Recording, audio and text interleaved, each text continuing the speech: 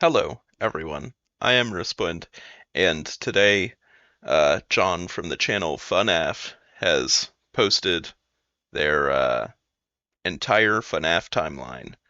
Now, I'm just going to preface this by saying I, in general, disagree with a lot of things that John says, but I really enjoy the content made on this channel, on the FNAF channel, and I'm curious to see what he has to say about, the FNAF timeline.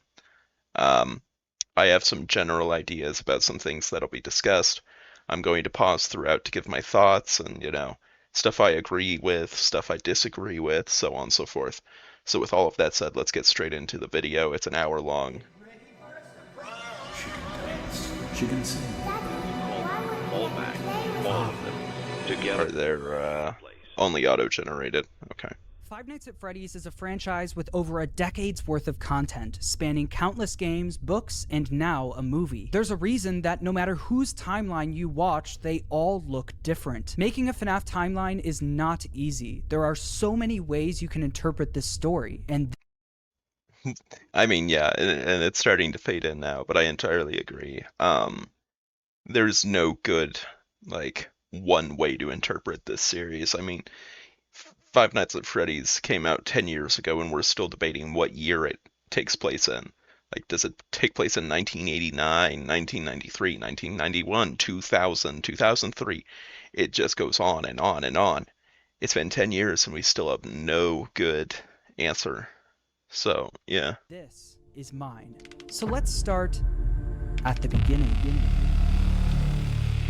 Back in the 70s, a company called Fazbear Entertainment got its start by creating different props and mascot costumes for carnivals, and specifically for something called the Fall Fest. The Fall Fest featured various mascot characters, such as a bird, an elephant, and the most popular of all, Fredbear and Bonnie. These specific mascot costumes were so popular, Fazbear Entertainment opened a dedicated restaurant for them called Fredbear's Family Diner, featuring the same Fredbear and Bonnie mascot costumes from the Fall Fest. What Fazbear Entertainment didn't account for, though, was one of their animatronics from the Fall Fest going rogue, ending in a giant fire, with most of everything from the Fall Fest being destroyed.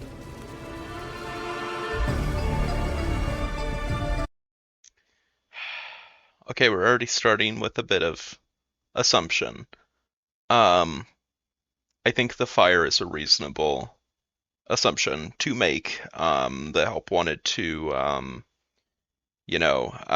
flip in, what's it called, a merry-go-round? I don't know. The carousel, whatever. It definitely suggests that some sort of fire occurred at Fall Fest. To say Jackie was destroyed during it, which is kind of what's implied with that footage, I'm not sure about that. Of course, because of we don't know enough about Jackie yet to say that. But I think the general flow so far, I agree with. Like, yeah, they got their start there. That's where Freddy and Fredbear and Bonnie came from. Yeah, let's go.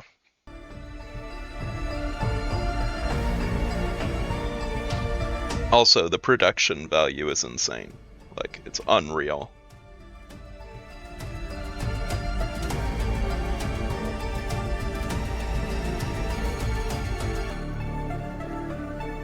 I love the, like, this is great. The specifics about the animatronic that went rogue and the fire are unknown, and will likely be revealed next year in FNAF's next big release. Okay, yeah. We don't know much about how this fire occurred. We do know that after the fire, Fazbear Entertainment started phasing out of the mascot costume era. They needed something new. The two men who helped found Fazbear Entertainment, William Afton and Henry Emily, stepped up to the plate. William Afton was mostly the businessman of the two, handling all of the money, while Henry was the more creative one, with him being in charge of building most of the animatronics and props for the company. With the Fall Fest era of the company coming to a close, they were only left with Fredbear's Family Family Diner, the standalone restaurant created for the Fredbear and Bonnie characters. In order to replace the mascot versions of Fredbear and Bonnie, Henry went to work on new versions of the characters, eventually creating the new Fredbear and Spring Bonnie, the same characters but with new designs and new suits. Henry called them Springlock suits. Hold on, I'm just gonna... Henry went to work on new I want to versions look of at the the characters, suit eventually designs. You know, it's always been odd to me, and this is not John's fault at all, because I think it's probably the best representation we have of Fredbear. This kind of, I'm assuming it's based both on Nightmare Fredbear and also on the flippin' FNAF 3 minigame Fredbear, um, and the FNAF 4 minigame Fredbear, so on. But it's always been odd to me that in Ultimate Custom Night, Fredbear shows up as an Easter egg and is a recolored FNAF 1 Freddy. And does that imply there were multiple Fredbears? Was there eventually a non-Springlock Fredbear, and that, muddies the waters a bit, I guess. So I'm curious to see if that's addressed at all in this theory, because I don't see a lot of people address that. Obviously, with this Spring Bonnie design, yeah, that's Springtrap before rotting for 30 years. New Fredbear and Spring Bonnie, the same characters but with new designs and new suits. Henry called them Springlock suits. These suits are able to double as both an animatronic and a suit that the employees could wear. To switch the suit from animatronic mode to suit mode, the employees could use a hand crank to pull back the animatronic parts, leaving room for them to climb inside. The Springlocks that were helping to hold back those animatronic parts were very sensitive though, and with even a little bit of moisture, the Springlocks could potentially snap shut, crushing and killing whoever was inside. But if that ended up happening, Fazbear Entertainment had some common sense procedures set in place. In case that the spring locks come loose while you are wearing a suit, please try to maneuver away from populated areas before bleeding out. I always loved this. Fredbear's Family It's Diner so funny. ended up being super successful for William and Henry, so much so that other companies tried replicating it. Another company proceeded to Oh, so they're going with this route. Okay. mascot characters by creating their own animatronic versions of them. The leader of the group was Ned Bear, a direct copy of Fredbear, followed by a hippo, an elephant, and a frog. All characters from the Fall Fest, and all with slightly different designs to avoid copyright issues. But while the rival company was able to replicate the designs, they could not replicate Henry's state-of-the-art technology. Their robots were poorly made and had to have giant batteries with exposed wires on stage with them. Naturally, the rival company failed and ended up being bought out by Fazbear Entertainment. With all of the success from Fredbear's Family Diner, William and Henry decided to branch out and create more characters for a new restaurant. In 1983, William and Henry opened Freddy Fazbear's Pizza, featuring Freddy Fazbear, Bonnie, Chica, and Foxy. With the opening of Freddy Fazbear's Pizza, Fazbear Entertainment was experiencing success like they've never seen before. But with two restaurants now open at the same time, more success also meant more work for. So, I wonder if this will be addressed. I've always wondered where the Freddy and Friends on Tour cartoon plays into this. Did it predate flippin' Freddy Fazbear's Pizza, or did it come after? Because obviously we see in FNAF 4 in 1983 some sort of, advert on TV.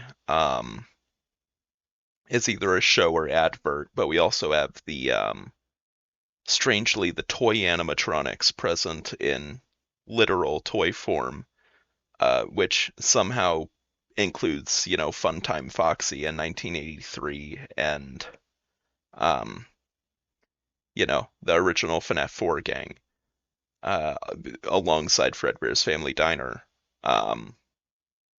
So it's weird timeline-wise, and this is one of the problems with the sheer amount of stuff in the FNAF timeline, and just trying to theorize and speculate and try to put it all together. But I like this so far. William and Henry. The duo were so wrapped up in work that they started neglecting their own families. William was the father of 3 kids, the eldest, Michael, the crying child, and Elizabeth. The crying child has yet to have a 100% confirmed name, so for this video, he will just be called the crying child. Meanwhile, Good idea. had one kid, a daughter named Charlie. The business partners spent most of their days working, so they both created different ways of taking care of their kids. Henry was the robotics genius, so he used his talents to create a new animatronic to watch Charlie for him. It was called the security puppet. This animatronic would sit by the door of Freddy Fazbear's Pizza and make sure that Charlie wasn't able to leave the building. This made it so Charlie could play at the restaurant while Henry worked, without Henry having to worry about her leaving the building or getting kidnapped. The robot was linked directly to a green bracelet that Charlie was wearing. If Charlie, wearing the green bracelet, tried leaving the building, the security puppet would spring into action. William, on the other hand, was the businessman of the company. He cared more about making money, but also saving money. Naturally, he decided to just force his eldest son Michael to babysit while he was at work. Michael was mostly in charge of babysitting the crying child. The crying child didn't have many friends, but he did have a close relationship with his plushies. These plushies were of characters from his favorite show, Fredbear and Friends, Fazbear Entertainment's newest cartoon, featuring Fredbear, Freddy, Bonnie, Chica, and Foxy. The crying child's favorite character, though, was Fredbear. He especially loved his Fredbear plushie. Although he loved the plushie version of the characters, the animatronics would soon become a different story. One day, while visiting Fredbear's family diner, the crying child saw something that would scar him for the rest of his life. While wandering the restaurant, he walked by the employees only room, where an employee accidentally left the door open. Inside the room was his father, William Afton, helping another employee into a spring Bonnie suit. But through the eyes of the crying child, this looked like someone was literally being stuffed into an animatronic suit. The crying child was so young that he wasn't educated on how the mascot characters worked, so seeing a human be put inside of one terrified him. When a child experiences something traumatic, their brain Okay. This is a common take in the community, and I'm not surprised to see it, and I don't entirely disagree with that being what the crying child saw. Another theory I see often is he had seen Baby scooping Elizabeth, and I think this makes more sense than Baby already being around and all of that, so... naturally tries finding ways to deal with that trauma. The crying child's way of dealing with his trauma was by creating an imaginary friend. This imaginary friend took the form of the object he loved the most, his Fredbear plushie. His new imaginary friend Fredbear followed him wherever he went, shape-shifting into flowers, hiding behind cars, and in the sewers, with nobody being able to see him except for the crying child. When the crying child was overwhelmed, the plushie would talk to him and try to calm him down. Even when the plushie wasn't around, it was still able to speak to him because it lived in his mind. While the crying child was dealing with the trauma of seeing what he thinks was someone being stuffed into a suit, his brother Michael was only making it worse. Michael knew about what happened with his younger brother and used it against him. Every day while babysitting the crying child, Michael would put on a Foxy mask, hide somewhere in the house, and jump scare his little brother. Oh my gosh.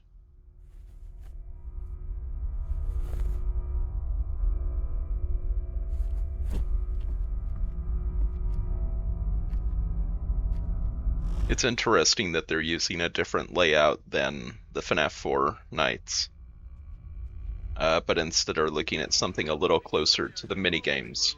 You no longer have to wait to sing and dance with Fredbear and Friends. Weeknights at 8/7 Central, only on...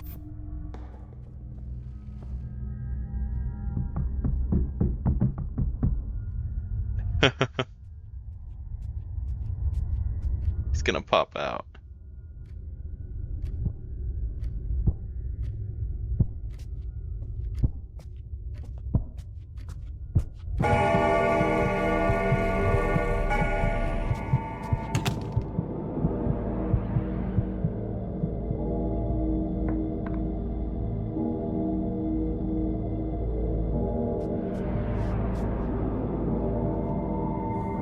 Is Michael under the bed? Hi, Michael. Through all of Michael's bullying, the crying child's imaginary friend Fredbear would comfort him and talk him through the situation, saying, "You know he is hiding again. Be careful. Tomorrow is another day." Michael wasn't the only one bullying the crying child, though. The local kids in the neighborhood heard about why the crying child was so scared of the pizzeria, even making up fake rumors related to what the crying child thought he saw there. "You'd better watch out. I hear they come to life at night. And if you die, they hide your body and never tell anyone." But all of this, which is also such a strange thing to say in 1983, because that's ultimately what ends up happening later on. Like, it's some weird foreshadowing that happened after the game was already made where it happens, you know what I mean? It's always been a very odd detail that that's like exactly what happens. Oh yeah, the bodies get hidden. Nobody finds them. Oh yeah, and they come alive at night. Like, that is completely what happens. bullying would come to a head on one special day, the crying child's birthday. Ironically, Oh, that's the birthday cool. party was being held at Fredbear's family diner. Because he was so terrified of being at the pizzeria, he hid under the table, not knowing that Michael and his friends were nearby, planning a prank that would go terribly wrong. Are we going to see like an animated version of the bite from the child's point of view? Make sure you grab your pizza. Fredbear and Spring Bonnie will be performing in 5 minutes.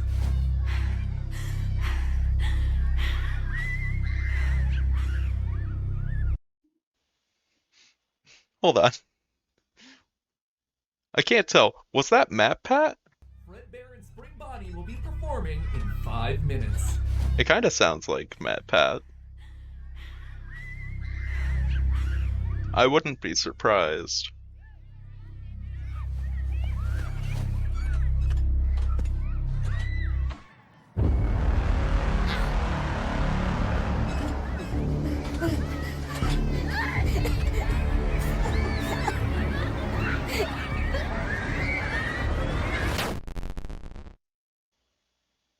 Michael and his friends lifted the crying child up to, quote, give Fredbear a big kiss, and Fredbear bit down on him, leaving his body to go limp. Michael and his friends quickly stopped laughing. Because of Michael's immature behavior, his terrified younger brother paid the ultimate price. Although the crying child was badly hurt, he didn't immediately die. Because of the immense brain damage, he slipped into a coma. After being treated at a hospital, the crying child was taken home so he could be comfortable, surrounded by his only friends, his plushies.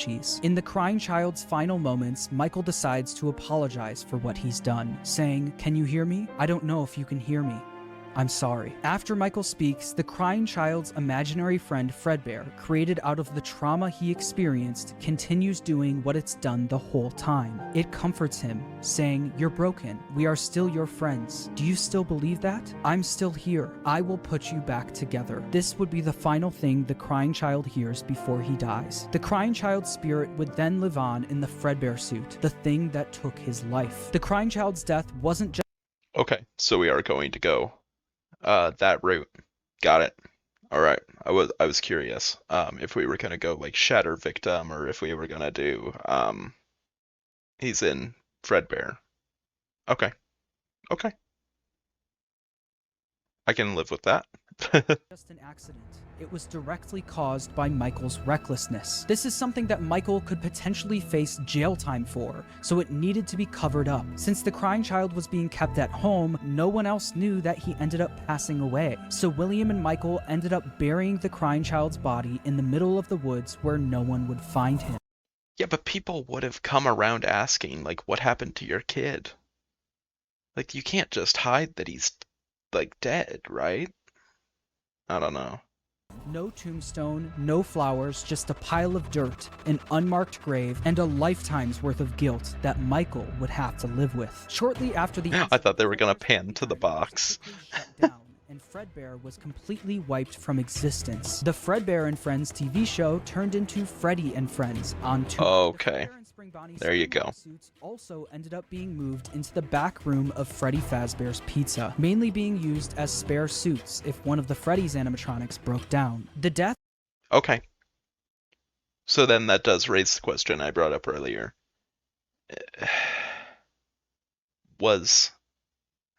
So what did the Fredbear suit look like? actually, because it had to have been a recolored FNAF 1 Freddy if there's only one suit and then it got hidden away, right? Like, that is the Fredbear. I don't know. It's just another one of those weird dangling threads with this series. Of William Afton's youngest son was a pivotal moment in this story, specifically William Afton's story. This was the first domino to fall. A father losing his son is a traumatic situation, and while any other father would take time to grieve, be sad, and properly deal with such a big loss, William Afton took a different route. Afton definitely was upset about his son dying, but it wasn't because he felt bad for his son, it was because it was embarrassing to him. William Afton was a narcissist. He had little to no empathy. All he cared about was work and comparing himself to his business partner, Henry. Henry had a wife, a kid, and a talent for I approve this interpretation. The death of the crying child sent Afton over the edge because while Henry's family was still perfect, his was now broken. Henry and William had different ways of taking care of their kids. And while Afton employing his eldest son failed, Henry's security puppet succeeded. Henry's daughter, Charlie, lived on. Afton had a hard time dealing with this feeling of embarrassment. He started becoming an alcoholic, frequently visiting the local bar called Junior's. One night though, after drinking a little too much and getting kicked out of the bar, he decided that he was going to settle the score with Henry. Afton, drunk and filled with rage, drove from the bar to Freddy Fazbear's Pizza, where he knew Charlie was being watched over by Henry's security puppet. Afton planned on risking everything to kill Henry's daughter, Charlie. He didn't care if he got caught, and he didn't care if he went to prison. But when Afton got to Freddy's, he noticed that Charlie was standing outside by herself. It turned out that some bullies were able to trap the security puppet in its box and lock Charlie outside the building, giving Afton the perfect opportunity to kill Charlie outside of the pizzeria. The security puppet was eventually able to escape its box and went looking for Charlie. As Afton sped away, the puppet noticed that Charlie was outside in the pouring rain. It then did what it was programmed to do and went to protect her.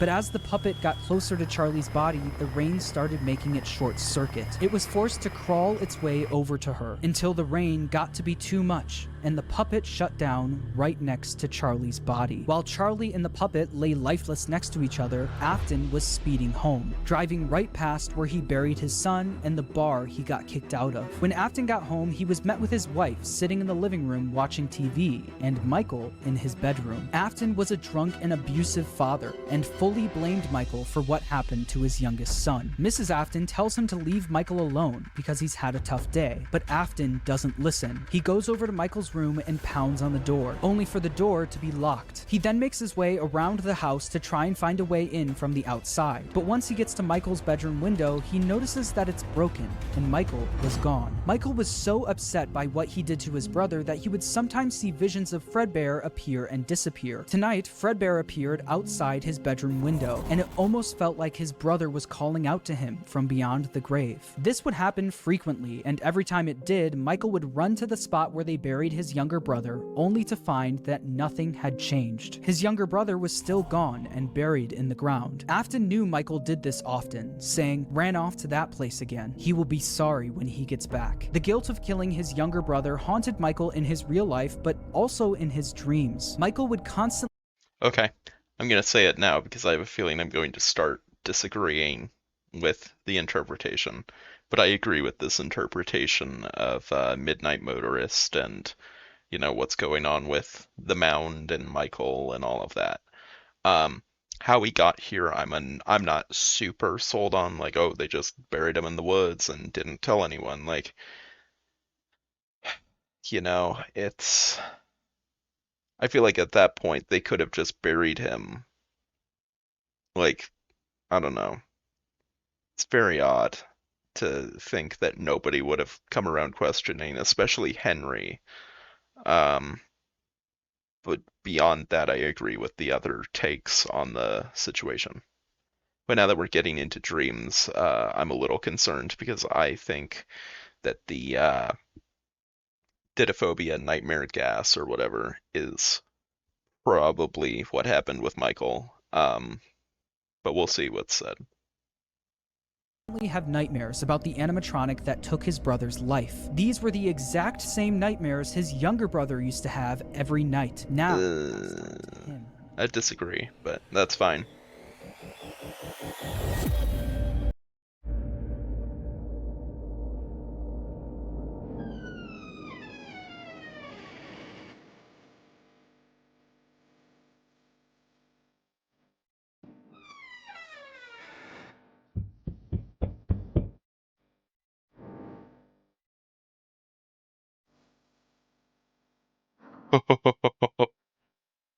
That's cool.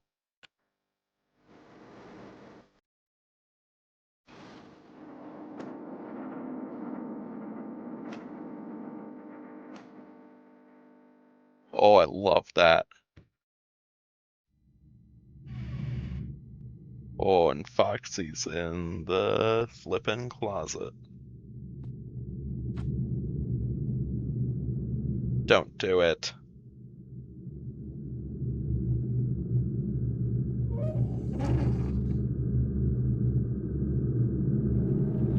Oh, no. Not Foxy. After the death of Charlie, Fazbear Okay. Entertainment tried their best at covering it up. Fortunately for them and for William, the crime was committed outside, where no one was around to witness it. William was able to get away with everything, while Fazbear Entertainment never spoke of the incident again. The security puppet was quickly moved to the back room of Freddy Fazbear's Pizza, where the retired Fredbear and Spring Bonnie suits resided. But something was different about the security puppet. Dark tears now appeared on the mask of the animatronic. Dark tears that weren't there before. This is something that Afton quickly noticed the next day when he went into work. He'd heard about what happened moments after he sped off. He knew the security puppet was found laying next to Charlie's body. So does that mean Charlie's soul now resided in the puppet? William definitely noticed that the puppet looked different, almost like it was haunted, almost like it was thinking. Other employees would eventually notice the same thing. I'll be honest, I never liked that puppet thing. It's always thinking, and it can go anywhere. After realizing the security puppet may be possessed by the spirit of Charlie, Afton went back and looked at the crying child's Fredbear plushie, only to find that it also seemed to be haunted. The crying child feared for his life every single day, and that plushie was something he was able to cry and pour his agony into.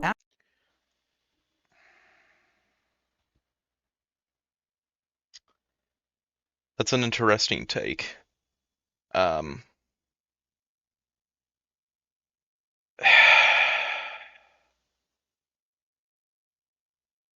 What I would say to counter that, I have two things. One of which is that I don't think agony was a concept in 2015 for FNAF.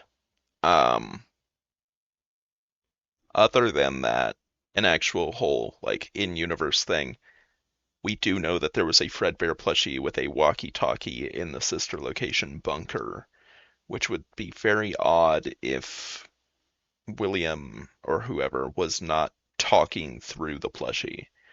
I don't know. It's an odd situation. We'll see if it's addressed. Afton believed that this is what caused the plushie to appear haunted. It wasn't made alive by the spirit of his son, it was made alive by the agony and fear his son poured into it. Afton But why would he assume that? Like, why would you assume, oh, my son was always so, like, depressed and sad and had such a miserable time that his plushie came to life? Like, I don't know why you would make that assumption just because you think that a puppet is literally possessed by a child that it, that died near it. I don't know.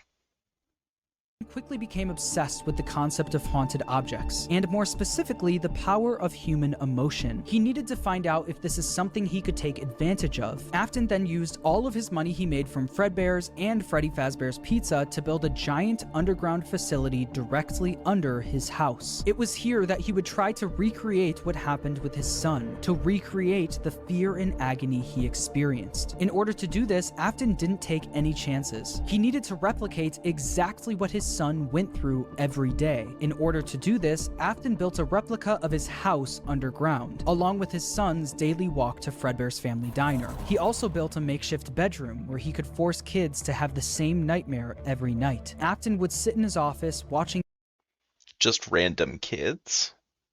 Oh, so that's why the Fredbear's in there in your interpretation. Okay. them on the cameras. Cameras that could be accessed using the passcode 1983, the year his son got bit. He also kept the crying child's Fredbear plushie on the desk as a reminder of what Oh, so it's the same plushie. But why does it have a walkie-talkie? That's my question, because if you're trying to replicate the situation, you were not talking through it before. You need to actively have the plushie come to life from the agony, right? You can't just talk through it, because then it's not the same situation being replicated. But I do like the idea that that is the crying child's plushie down there. I like that. In the makeshift bedroom, there were dummy animatronics that wheeled down the hallway. Yep. Alright, we are going didophobia. You wouldn't see them as just blank dummies on wheels. Afton would pump hallucinogenic gas into the room to get the kids to think what they were seeing was a monster. These nightmare gas I agree canisters with were being this. stored all throughout his underground facility. I also agree with this, about the canisters being down In there. the hopes that the kids would pour their fear and agony into the plush, like his son did to his plushie. On the other side of the bunker, where Afton recreated the crying child's walk to Fredbear's, he placed a bunch of Fredbear plushies all over the place. These Fredbear plushies had walkie-talkies inside of them. This was Afton's way of recreating his son's imaginary friend that would talk to him wherever he went. Afton would speak. But why? Because you're assuming that the agony is what made the plushie actually talk to him. So why would you, if you're trying to replicate that, actually talk through it instead of letting the agony do the talking for you? I guess that's my big holdup with this idea. To the kids through his walkie-talkie sitting in his private office. After setting up the bunker, Afton was only missing one more thing: the kids to run these experiments on. He needed a way to kidnap and capture kids without being caught, and he had the perfect way to do it. The show will begin momentarily. Everyone, please stay in your seats. Enter Circus Baby and the Funtime animatronics. These robots were specifically built by Afton to capture kids, featuring Circus Baby, Funtime Freddy, Funtime Foxy, and Ballora. But don't only Funtime Freddy and Circus Baby have the compartment? And if the point is to bring them alive, what happened? It was the situation with Elizabeth, like, literally just a massive accident? I don't know. I feel like they are intended to kill, not just capture. They feature advanced technology such as parental tracking, voice mimicking / luring, and storage tanks. Circus Baby, the star of the group, was even able to make ice cream as a way to lure kids to her. Once the kid got too close, I agree with the whole luring thing, though. And lock them in the animatronics storage tank. Some of the board members from Fazbear Entertainment were suspicious of these new animatronics. She can dance. She can sing. She's equipped with a built-in helium tank for inflating balloons right at her fingertips. She can take song requests. She can even dispense ice cream. With all due respect, those aren't the design choices we were curious about, Mr. Afton. Afton even created, which is so funny because the board members are like, yo, why do you have a flippin' child-sized compartment in their stomachs? And he's just like, yeah, you know, it's fine. It's just a design quirk.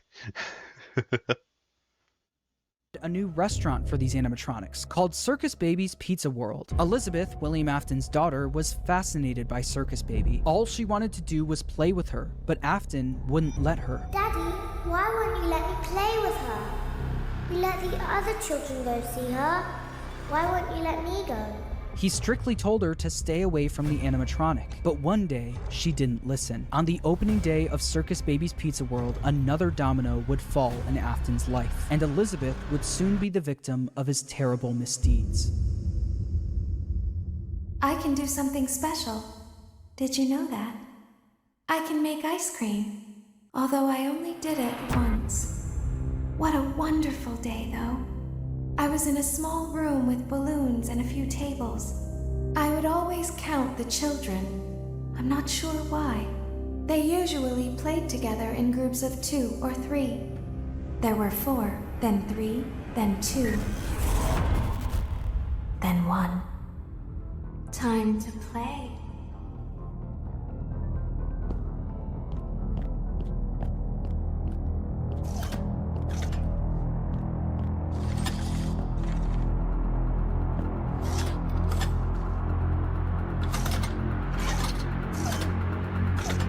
Ice cream.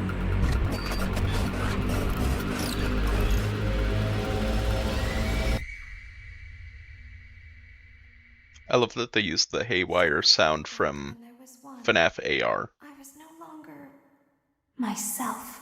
There was screaming for a moment, but only for a moment. In an instant, Elizabeth was grabbed by Circus Baby and thrown into her stomach hatch. The sheer force of her being grabbed and thrown into the robot's storage tank was enough to kill her almost instantly. This So are you telling me Afton never successfully was able to use the fun times to capture people? Because I feel like that's a massive oversight if it instantly is killing them and you're wanting to experiment on them live, right? I don't know. is something that William wasn't able to test. That was until his daughter became the test. William Afton now lost another one of his kids, but this time it was all his fault. After just one day of being open, Circus Baby's Pizza World was shut down. Afton covered up the incident by telling the public that the restaurant shut down due to gas leaks. But not everyone bought that story. The local newspaper wrote about the incident, saying, in other news, the grand opening of Circus Baby's Pizza World has apparently been canceled due to reported gas leaks in the building. Sources close to the establishment questioned the report, saying that strange activity around the area at night suggests something else is to blame. One local is quoted as saying, "Everything just stopped. There was so much excitement built around this place opening, and then they just stopped talking about it." A tenant from across the street claims to have witnessed a large group of cars surrounding the building during the night, and large pieces of equipment being taken out of the building under tarps. A few weeks later, the building was for sale. There is no comment yet from the local entrepreneur who financed the venture. That local entrepreneur, William Afton, successfully covered up everything. He was able to bring Circus Baby and the Funtime animatronics back down into his bunker. But I agree with this, yeah.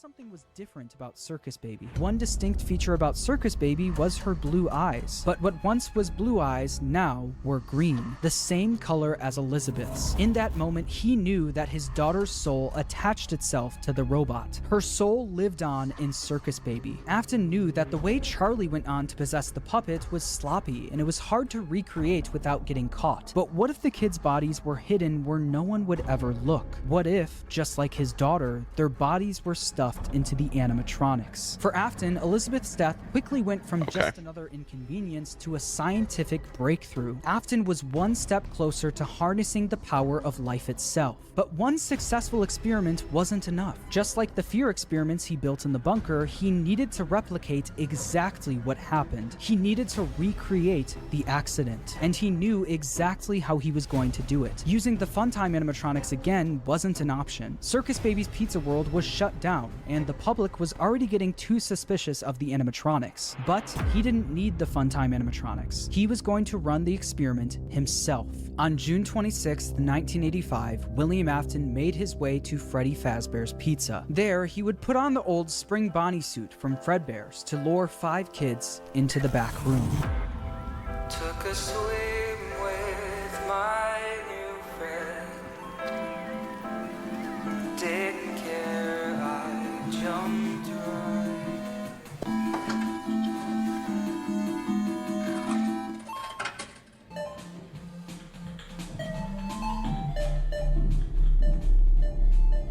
Hello.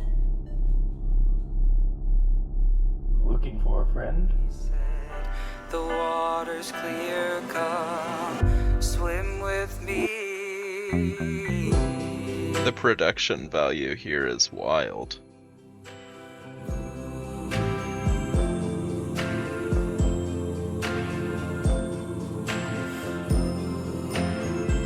Swim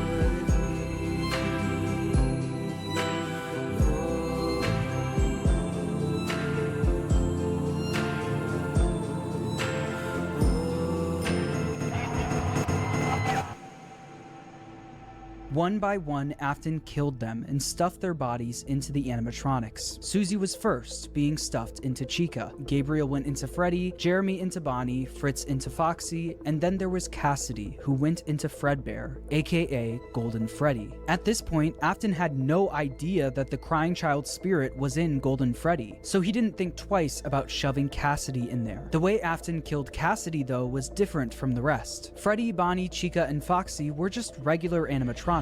Afton had no choice but to kill them, then stuff them into the suits. But Golden Freddy wasn't just a regular animatronic, it was a Springlock suit. The same Springlock suit that took his youngest son's life. Afton was aware of how dangerous the Springlocks were. Any bit of moisture or too much movement would cause them to snap shut, slowly killing whoever was inside. So that's exactly what he did to Cassidy. He put him into the suit and watched as the Springlocks snapped shut, cementing Cassidy. Put him? Okay. Alright. I also wonder if this was written before or after the week before, and I guess we'll get to that. I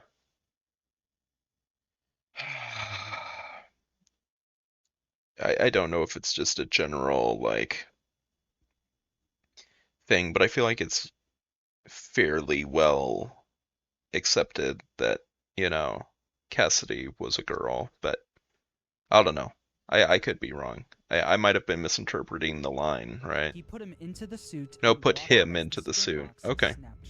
We'll see. Cassidy's death as the most brutal of them all. Freddy, Bonnie, Chica, Foxy, and Golden Freddy weren't. So are we going Cassidy is the one you should not have killed, and the whole thing is going to be they were spring locked instead of just, you know, stabbed. Is that what it's going to be? Because I feel like that makes sense for why, you know, Toy Shunk, whatever, was different than the others. The only animatronics sitting in the back room of Freddy Fazbear's Pizza, though. They were joined by the security puppet, which contained the soul of Henry's daughter Charlie. Once Afton was gone, Charlie jumped into action, almost acting as a guide for their souls, properly giving them life inside of each animatronic. After the incident, the kids were quickly reported missing by their families, and although the security cameras caught Afton luring the kids away, he wasn't able to fully get in trouble. Since he was wearing the Spring Bonnie suit, they were never able to prove it was actually him. Afton also hid the kids' bodies where no one would ever look, so the bodies were never found. Unbelievably, Afton was able to get away with yet another crime. Because of all the bad press that came from the missing children's incident, people stopped coming to the pizzeria. After months of customers no longer showing up, Fazbear Entertainment officially shut down Freddy Fazbear's Pizza. Shortly after the pizzeria shut down, Afton decided to pull the Funtime animatronics out of retirement and finally get his underground facility fully operational. He knew he couldn't try opening another Circus Babies restaurant, so he had a new idea. Due to the massive success, and even more so the unfortunate closing of Freddy Fazbear's Pizza, it was clear that the stage was set, no pun intended, for another contender in children's entertainment. Unlike most entertainment venues, our robotic entertainers are rented out for private parties during the day. Afton opened Circus Babies Entertainment and Rental. This way, he could rent out the Funtime animatronics to local birthday parties, capture kids, and bring them back to his underground bunker to be experimented on. While Afton was running his rental business, Fazbear Entertainment was determined to try opening another pizzeria. In the summer of 1987, Fazbear Entertainment opened the new and improved Freddy Fazbear's Pizza, this time with brand new versions of their original characters. These were called the Toy Animatronics, and they were once again built by Henry. So I mentioned this earlier, but how are we going to explain the existence of Funtime Foxy in 1983? Because there was the flippin' broken Mangle toy, right? I don't know. Because if they're not being made until now, I mean, yes, Funtime Foxy ended up existing, but I wonder if Funtime Foxy is going to be Mangle in this theory. I'm not sure. This timeline. We'll see. Henry was aware of what happened in 1985, and especially of what happened to his daughter, so he was determined to make sure that never happened again. These new toy animatronics were equipped with facial recognition systems that were linked directly to a criminal database. The security puppet was also brought out of retirement, but instead of working security, it sat quietly in the prize corner. Freddy, Bonnie, Chica, Foxy, Golden Freddy, and Spring Bonnie were also moved to the new pizzeria, and it's revealed that these animatronics were mostly used for spare parts. By now, I'm sure you've noticed the older models sitting in the back room. Those are from the previous location, and we just use them for parts now. The idea at first was to repair them, but they were just so ugly, you know? And the smell. This means that the haunted metal of the original Freddy's animatronics was now being put into the toy animatronics, causing the toys to also now be possessed. After Afton got away with the first set of murders, he needed to see if the kids' spirits were possessing the animatronics. In order to see for himself, Afton went back to work at the new pizzeria as a daytime security guard. While Afton was working the day shift, Jeremy Fitzgerald was working the night shift. Jeremy worked there for 5 nights, and unfortunately for him, because the kids possessing the animatronics were killed by an adult, they were extremely aggressive to any adult they encountered. They interact with the kids just fine, but when they encounter an adult, they just stare. Meanwhile, Afton decided to pull the same trick he did at the old Freddy's location, gaining 5 more victims. Someone used one of the suits. We had a spare in the back, a yellow one. Someone used it. Afton used the Spring Bonnie suit to pull the same stunt again on 5 more kids. But as he was committing the murders, Charlie from inside the puppet... I don't entirely disagree. It's just, I've always had a hard time, you know, with the DCI, you know, being a thing. And, like, I know it's generally accepted, but the issue is we always focus on just the 5, you know, and making there be 10 kids when we only ever focus on 5, you know, makes it really muddies the waters. So I don't love it. I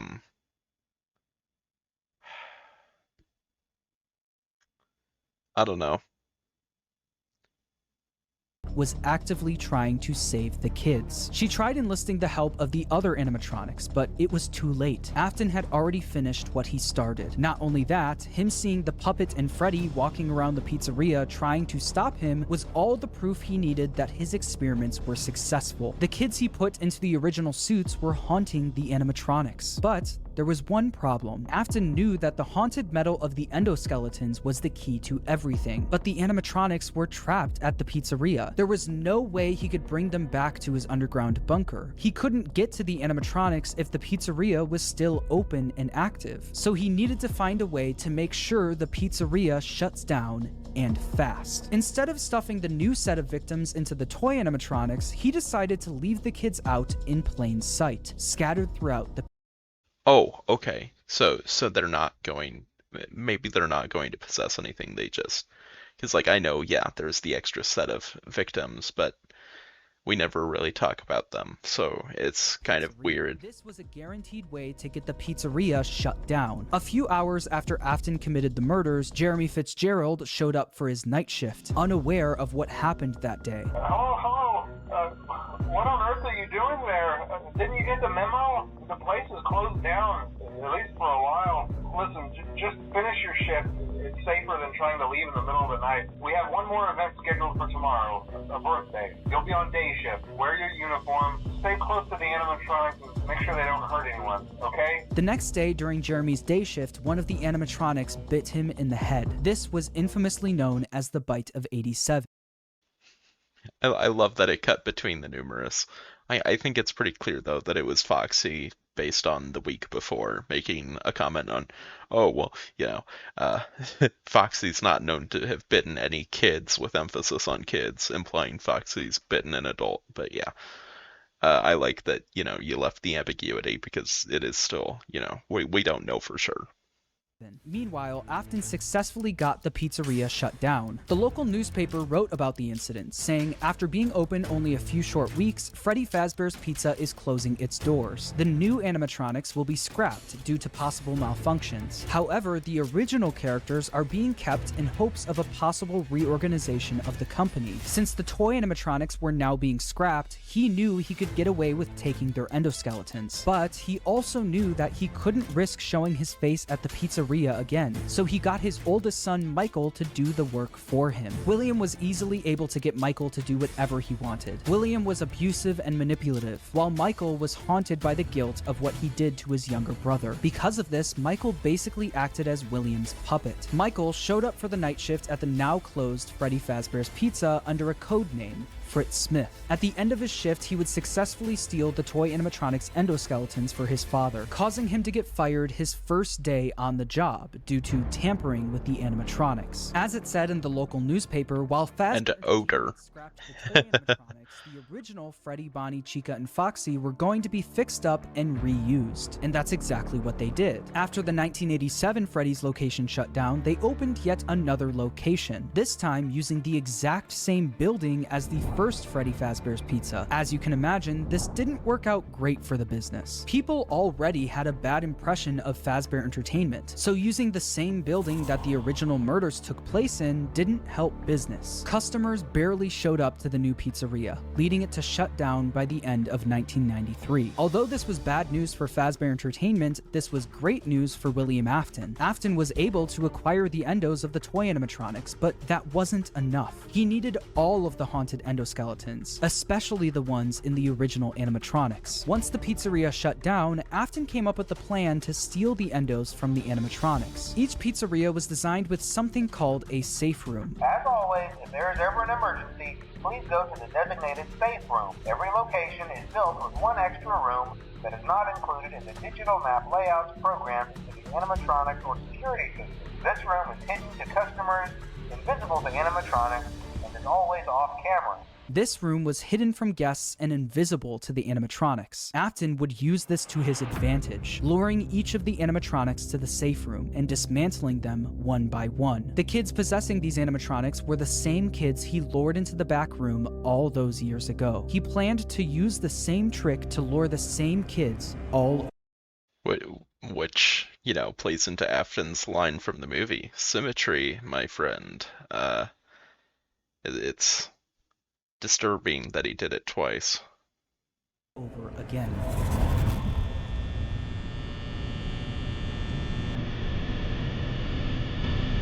Is that the help wanted office model? It looks like it. Yeah, environment. Not model.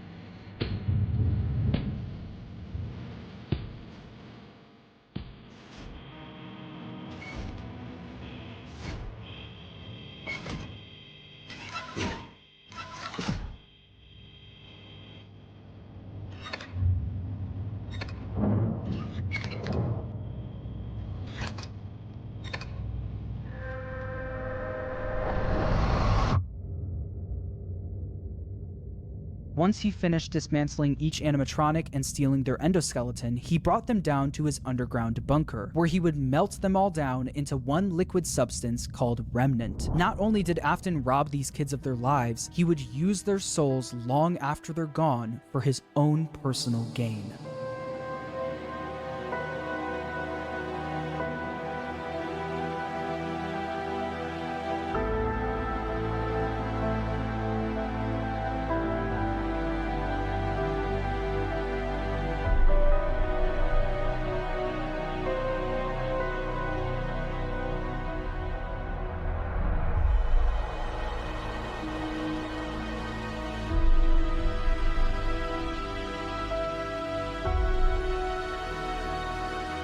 This is so good.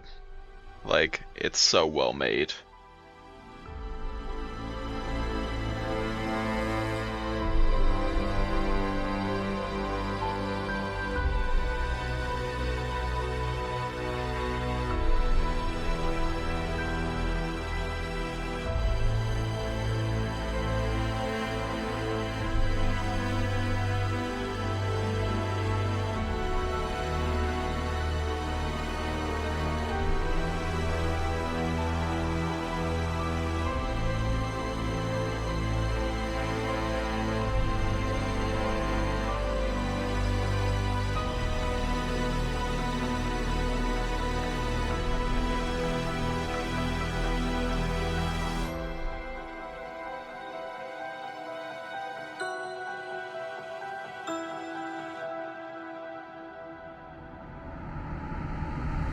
By melting down the endos, he successfully created Remnant. This substance, containing the spirits of all of the missing children, was silver in color, and if kept at the right temperature, was malleable. Afton didn't want to risk testing the Remnant on himself, so he injected it into the Funtime animatronics. Once he did, the animatronics jumped to life. The experiment had worked. William Afton unlocked the power of life itself. After his successful experiment, he went back to Freddy Fazbear's Pizza to collect his old Spring Bonnie suit. But once he got there, he was met with the spirits of the 5 missing children, trapping him inside the safe room. Cassidy, the spirit inside Golden Freddy, chased Afton around the room and forced him to get into the Spring Bonnie suit. Cassidy... I guess I wonder if their Remnant is still in the suits. Why are they able to be walking at the pizzeria itself? I guess that's my big question. I mean, I guess you could argue that Remnant isn't inherently, you know, the spirit, but I feel like that's the implication. I don't know. He was the most vengeful spirit of them all. Being spring-locked in the Fredbear suit... Yeah, I agree with this. And he wanted to make sure that Afton knew what that felt like. At this point, Afton knew how a spirit could live on. As long as he was inside the suit, he knew he'd be back.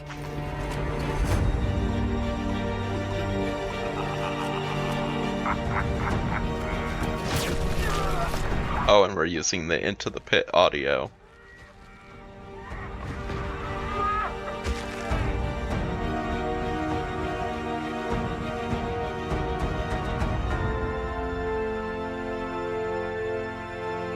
As Afton laughed, the spring locks snapped shut, forcing him to go through what Cassidy went through. This was an act of revenge by Cassidy, and it wouldn't be the last. Afton was now confined to the safe room of the now shut down Freddy Fazbear's Pizza, and because of this, everything in his underground bunker was left abandoned. But even with Afton gone, the rental business continued on its own. All of the Funtime animatronics containing the spirits of the missing children and even his daughter Elizabeth were still being rented out during the day and then brought right back down to the bunker. All the spirits wanted to do was escape, but they were always put back underground. After Afton went missing, his eldest son Michael, who's been blindly helping his father, remembered what his father told him if he ever went missing. If William wasn't there to finish his work, Michael would do it for him. Afton's underground facility was always off limits to Michael, but since he was now gone, Michael had no choice. He took the elevator down to where his father worked every day. Although Michael was helping out his father by stealing some of the endos from the animatronics back in the day, he never exactly knew what William was doing until he got down into the bunker.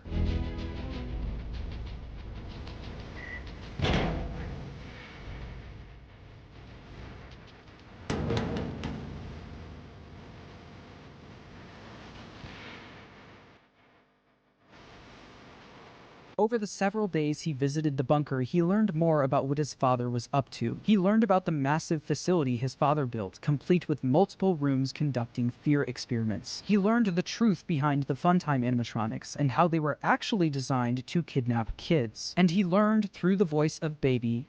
I mean, I feel like this is all like, we're getting into territory of like, yeah, this is pretty much 100% confirmed. This is stuff that, you know, is explicitly stated in sister locations, so I'm probably not going to have a lot of commentary in this portion. Exactly how his sister died. A little girl, standing by herself, My stomach opened, and there was ice cream. I couldn't move, at least, not until she stepped closer. But as the week went on, Baby was conducting a plan of her own, a plan to escape the bunker using Michael's body. Elizabeth was no longer the person Michael remembered her as. She was entirely devoted to her father and would do anything to make him proud of her. At the end of the week, all of the Funtime animatronics endos were scooped out, with all— I take it back, I have something to say. Isn't it so strange that, like, how devoted Circus Baby is to William Afton? It's very odd, and I don't know if it's just like Elizabeth was just like really adamant about following William's rules. I don't know. Also, did we ever address what happened to Mrs. Afton in this? I feel like I missed it, or it just didn't get mentioned. I don't know. Anyway, let's keep going. all of them combining into one animatronic called Ennard. This creature, containing the spirits of the missing kids and Elizabeth, knew they wouldn't be able to escape the bunker looking like an animatronic. They needed a human body to walk around in.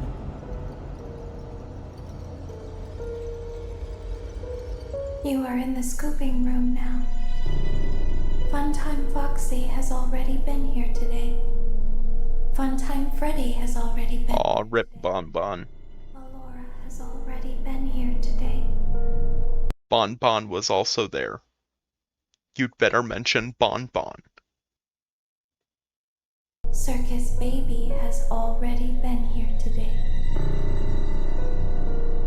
I've been out before, but they always put me back. They always put us back inside. There's nowhere for us to hide here. There is nowhere to go when we look like this. But if we looked like you, then we could hide. If we looked like you, then we would have somewhere to go. The scooper only hurts for a moment.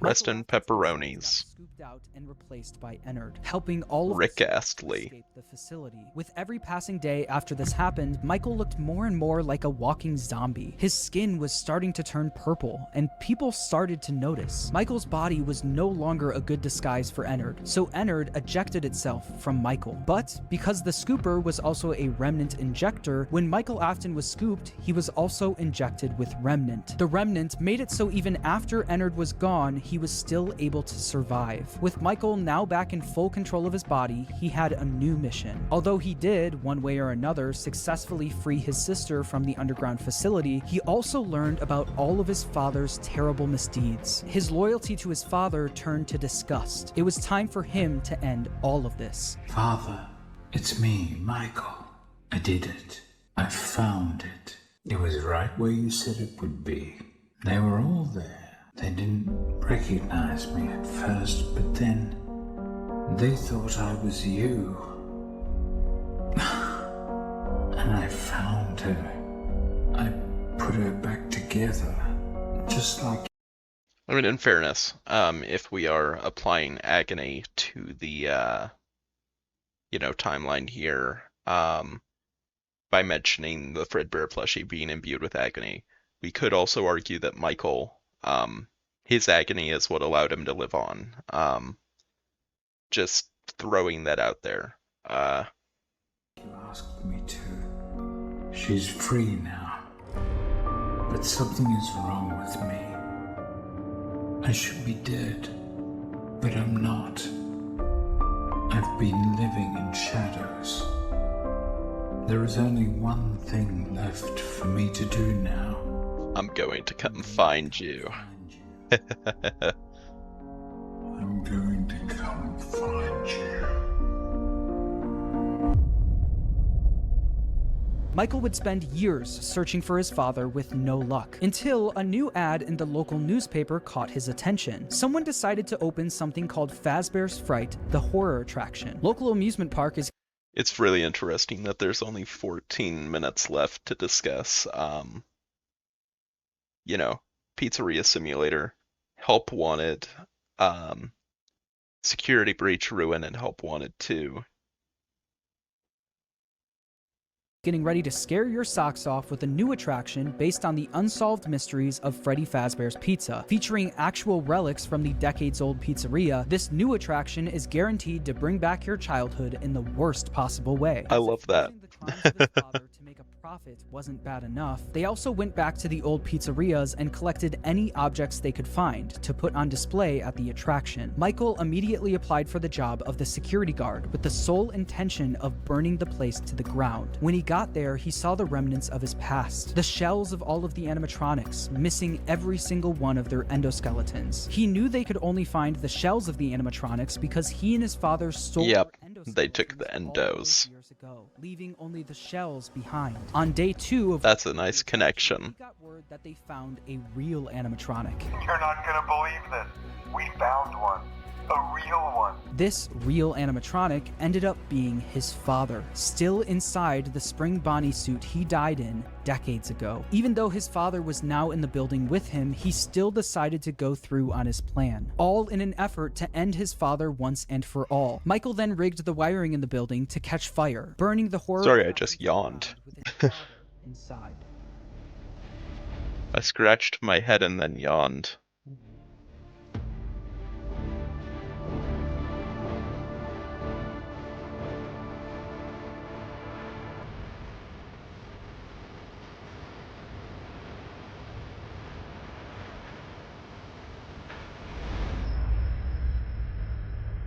The local newspaper would write about the fire, saying a new local attraction based on an ancient pizzeria chain burned down overnight. Authorities have not ruled out.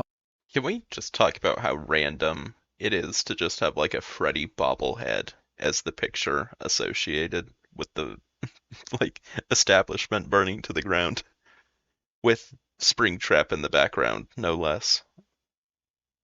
Foul play, but at the moment it seems to have been caused by faulty wiring. Although the fire destroyed most of everything in the building, William, miraculously, was able to survive. William was now free, roaming the outside world along with the souls of the missing children, Elizabeth, and Charlie inside the puppet. Since Michael wasn't able to end everything, someone else needed to step in. That's Henry. Emily. Afton's old business partner and father of Charlie heard about the fire at Fazbear's Fright, along with the rumors of the various animatronic creatures now roaming the streets. Henry was determined to put an end to all of this.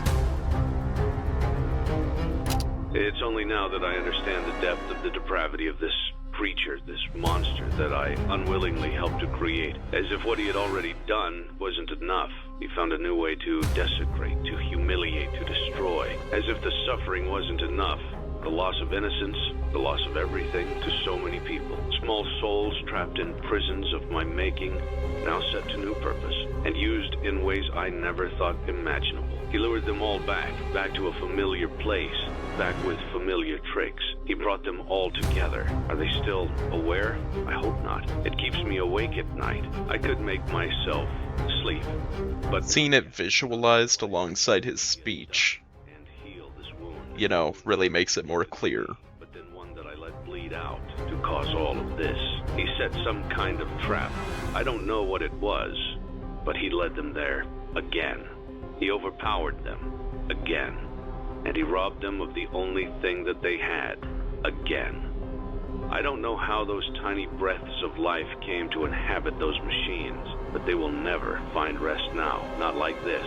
I have to call them all back, all of them, together in one place. By gathering all of the animatronics in one place and locking them in the same room, he would be able to burn them all to the ground for good, effectively freeing their spirits in the process. In order to do this, Henry created a new restaurant called Freddy Fazbear's Pizza Place. He knew that the spirits and William couldn't resist coming back to a new location, even if it was all just a trap. Charlie was different though. She was smarter than the rest, so Henry knew she wouldn't be as easily fooled. So he created an animatronic called Lefty, standing for lure, encapsulate, fuse, transport, and extract, specifically to capture the puppet and bring it to the pizzeria. While trying to find someone that would help him carry out his plan, one person showed up for the job, a person who was also determined to finally end all of this, Michael Afton. Day after day, the animatronics roaming the streets would show up in the alleyway next to the pizzeria. Baby, aka Elizabeth, the souls of the missing children, and the crying child, now...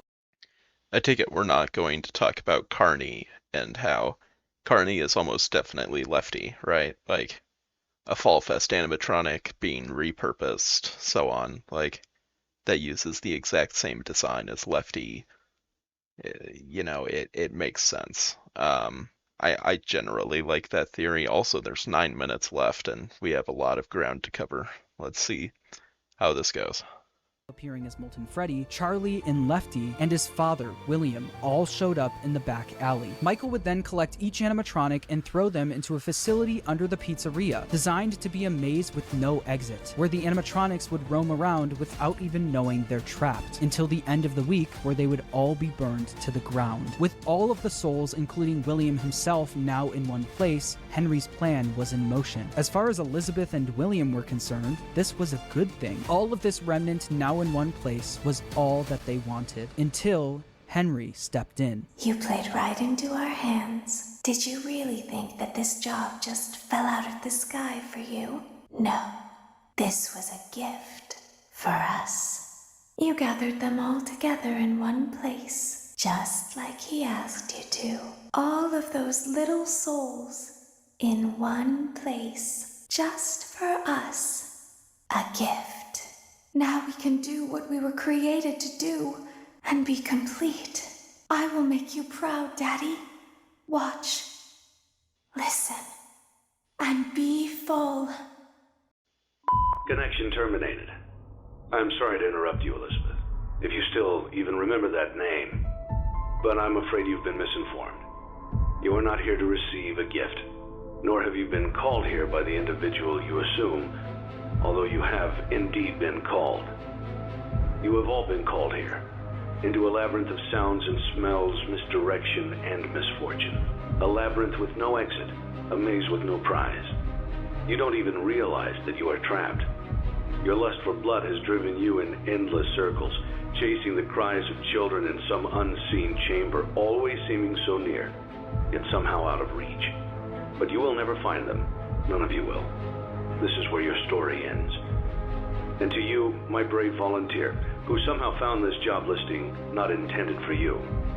Although there was a way out planned for you, I have a feeling that's not what you want.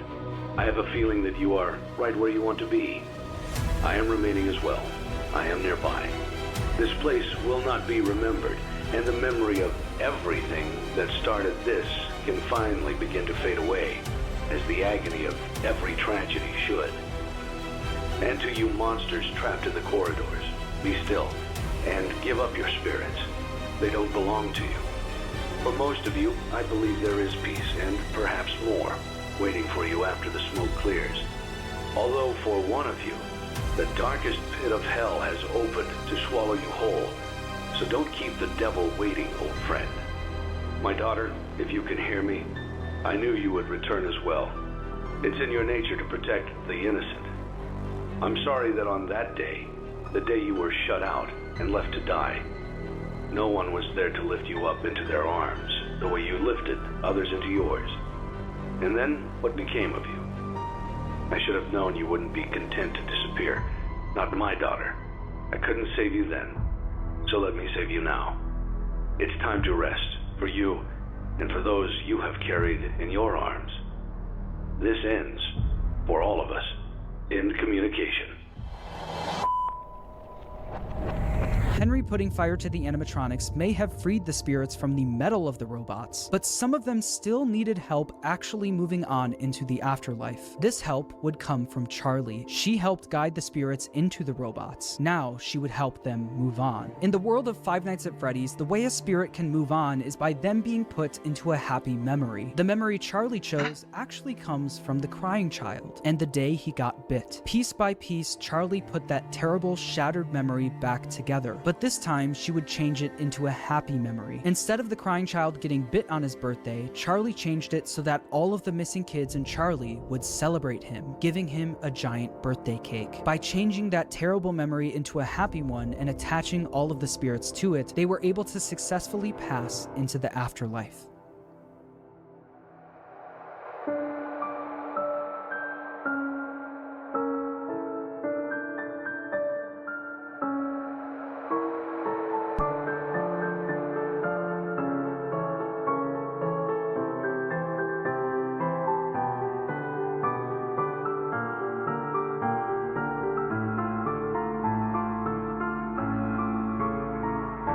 Like I said, they were all able to move on, except for one.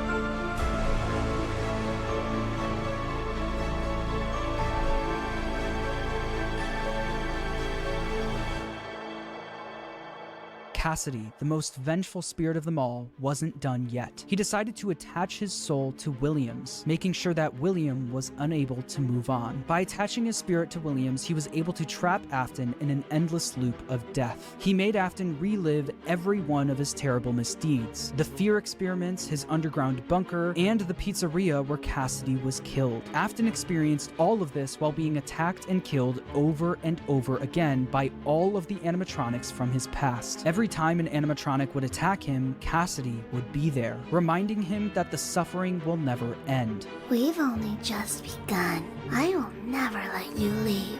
I will never let you rest. He tried to release you. He tried to release us, but I'm not gonna let that happen. I will hold you here. I will keep you here, no matter how many times they burn us. Cassidy knew that Afton didn't deserve the afterlife. He deserved to pay for what he's done for all of eternity.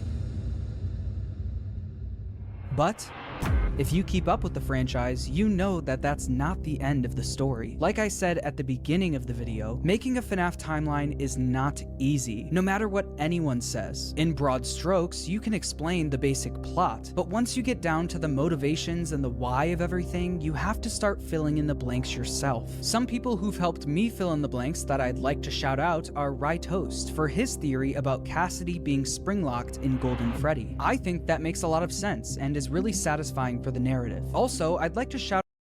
Yeah, they are great. Like, Right Host is fantastic. They have brought a lot of, really interesting theories to the table. I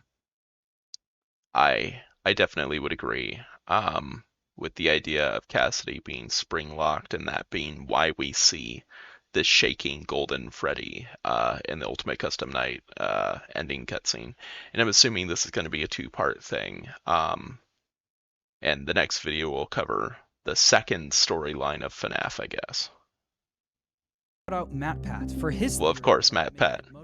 After trying to figure that minigame out for years, I think your explanation makes the most sense. It's important for me to say that no one, except for Scott Cawthon himself, knows the exact story he was trying to tell. Let's be real. I don't think Scott knows all the time either. Like, I think Scott knows the broad strokes, but when it gets down to some of the details, that's what we're here to fill in. I don't think Scott had it all figured out, and I think that's why, later on we got these books that tell us about agony and nightmare gas and all of this stuff that wasn't even hinted at, I don't think that was planned. I feel like that's Scott going back and filling in gaps, but yeah.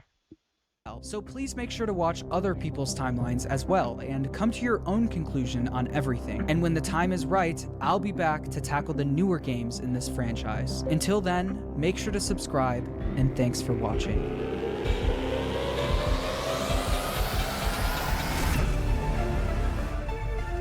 Yeah, huge shout out to all of the people that show up on the screen because the production value of this was fantastic. Like, This was so impressive.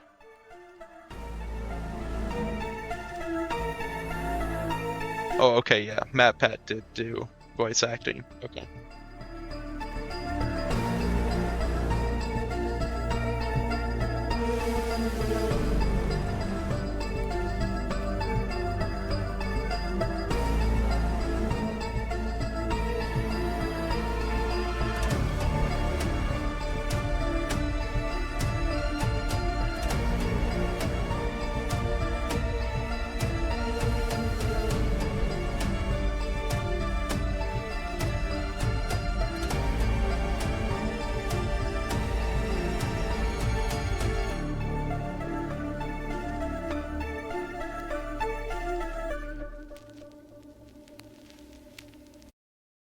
Okay.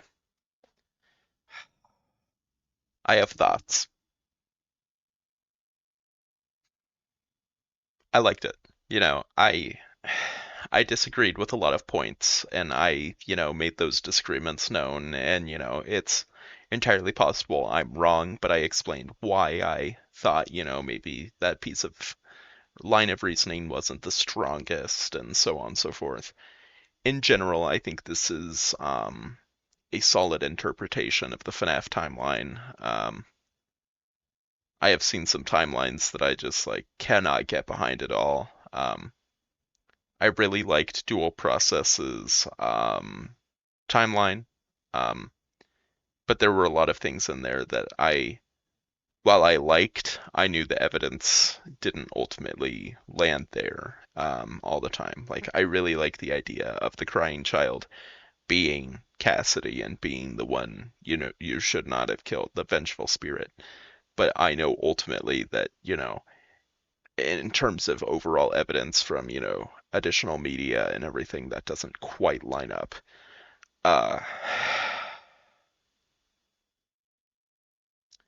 or sorry, no, Michael's the vengeful spirit, but you know what I mean. Michael's the vengeful spirit in that theory. I apologize.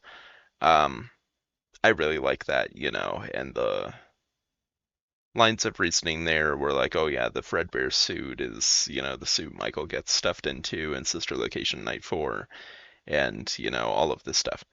I think Michael is the vengeful spirit being hateful vengeful for what William did to him makes a lot of sense, but with this timeline, that doesn't quite fit. And that's, I think, one of the big things about FNAF timelines is things don't fit together quite strongly in a lot of cases. Um, we look at in one timeline, you can make the case that Michael is the vengeful spirit because he went through these nightmare gas experiments and all of this. But in this timeline, we didn't go that route. We went the route of, oh, William was experimenting on random children with the nightmare gas, not Michael. And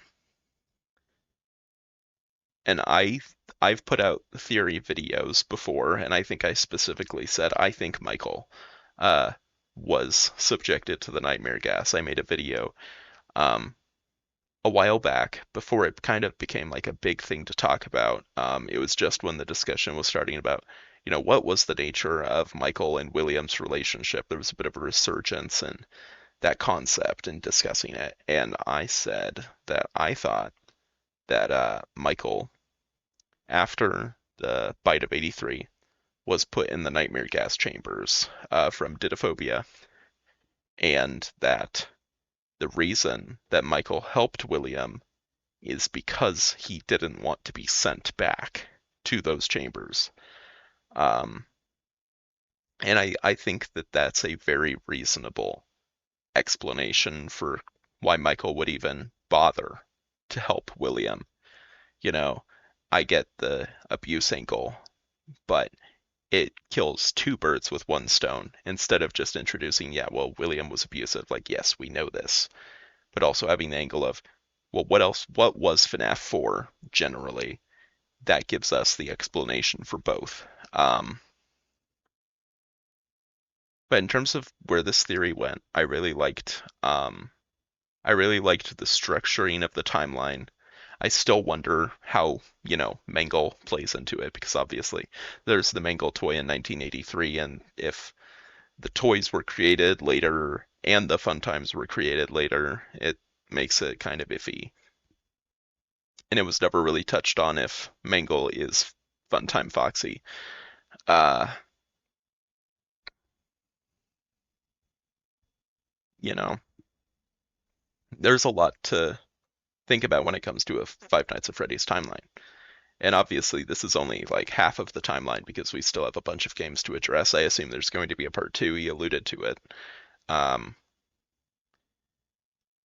aside from like lore discussions and like things I liked and didn't like on that front, I think it's important to discuss the actual production value.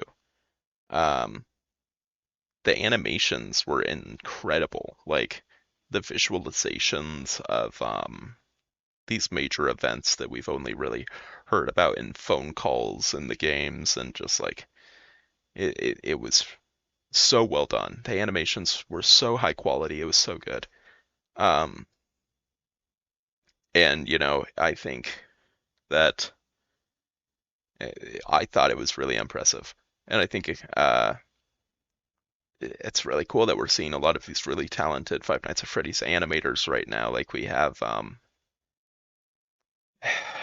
Southgate, I think, with the Fredbear's Family Diner series here on YouTube as well. And now we have, this Five Nights at Freddy's timeline with all of these scenes animated and visualized and fully scored with soundtracks and stuff. Like, that's so cool. And as someone who's been, a FNAF fan since 2017, but has been aware of FNAF since 2014, it's just really exciting to see these things visualized like this. Uh, so yeah, in terms of specific things I liked from that, like the whole the ending sequence was so good. For Henry's speech and having, the puppet stare Afton down as he's burning is just so cool. Like Charlotte's like, yeah, I'm burning too, but I'm going to make sure you don't get out again, you know. Beyond that, I think that's all I really have to say. Like, there's a lot to unpack, and I think it was a really solid video, a really great, interpretation, even though I didn't agree with everything. I guarantee part two, I will have a lot more disagreements about because a lot of the takes on this channel about the security breach era, I do not agree with. But I liked this. I thought it was fun. Um, I'd say like I agree with like 85% of it. With 10% being like major disputes and like 5% being like, oh, I feel like there's like a major gap here that we need to address, like a logical flaw. One of which being, why William would put the walkie-talkie in the Fredbear plush if that wasn't what he did originally, and if he's trying to replicate the experiment. Like if he thought the agony, which he somehow figured out existed, is what caused the Fredbear plush to speak, and he's trying to replicate that, why not actually let it replicate instead of trying to force it? I don't know. But yeah, I really enjoyed this, and I don't know if I'm going to have another video out this year. I don't know. It's been a weird few weeks. Hopefully I'll have more stuff out for you guys soon, even if it's just one more video before, the new year. But with that said, I hope you all enjoyed. Go show John, John FuhNaff, all kinds of love for this and all the other individuals who helped collaborate to make this. The talent is unreal.